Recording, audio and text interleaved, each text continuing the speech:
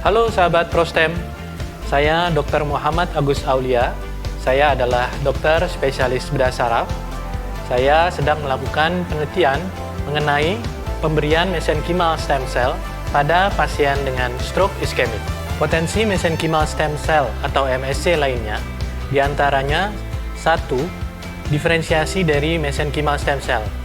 Dilaporkan bahwa mesenkimal stem cell yang diisolasi dari tali pusat manusia itu dapat berdiferensiasi atau dapat berubah menjadi sel yang mirip dengan neuron dan dia dapat mempertahankan aktivitas imunomodulator serta neuroprotektornya. Yang kedua, MSC mampu melakukan transfer mitokondria. Sebuah penelitian menunjukkan bahwa MSC ini dapat menyumbangkan mitokondria ke astrosit atau sel neuron yang terluka dan mengembalikan fungsi mitokondrianya sehingga menunjukkan fungsi perlindungan MSC pada saraf. 3. Efek parakrin. Melalui efek parakrinnya, MSC dapat meningkatkan angiogenesis dan neurogenesis endogen yang berperan dalam perbaikan cedera saraf. Selain itu, MSC juga berperan dalam memodulasi imunitas dan mencegah kematian sel saraf. Uji klinis.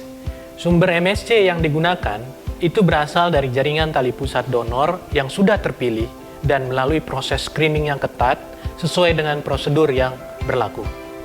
Kemudian kita lakukan pemberian MSC pada pasien stroke di rumah sakit yang sudah berizin untuk melakukan terapi stem cell ini yang dikeluarkan oleh Kementerian Kesehatan Republik Indonesia dan sudah lolos uji etik di rumah sakit setempat.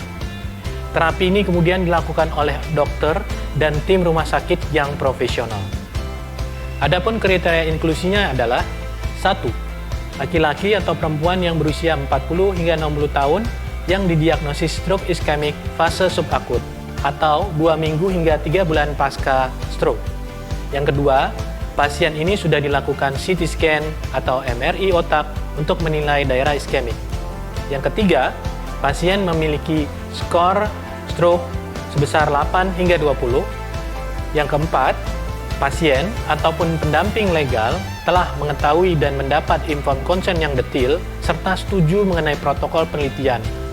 Yang kelima, pasien dengan skor kesadaran di atas 8. Yang keenam, pasien dengan nilai pendarahan dalam batas normal. Yang ketujuh, tidak ada kontraindikasi untuk dilakukan operasi. Yang kedelapan, pasien dapat memahami penjelasan penelitian dan menandatangani inform consent yang tertulis. Yang kesembilan, pasien bersedia kembali untuk dilakukan pemeriksaan sesuai jadwal yang telah ditentukan. Adapun kriteria eksklusinya adalah 1. Pasien dengan stroke yang berulang dalam jangka 6 bulan sebelum episode stroke yang terjadi saat ini. Yang kedua, dari gambaran CT scan atau MRI menunjukkan pergeseran garis tengah dan adanya gambaran perdarahan di otak. Yang ketiga, pasien pernah mengikuti penelitian sejenis menggunakan mesenkimal stem cell dan produknya. Yang keempat, pasien dengan kondisi kelainan imunologis atau mendapat terapi-terapi yang mempengaruhi kondisi imunologis. Yang kelima, pasien tidak dapat dilakukan pemeriksaan CT scan ataupun MRI oleh karena kondisi apapun. 6. Pasien dengan gangguan fungsi ginjal dan fungsi hati setelah terjadi onset stroke iskemik. Yang ketujuh, terdapat kontraindikasi untuk dilakukan operasi.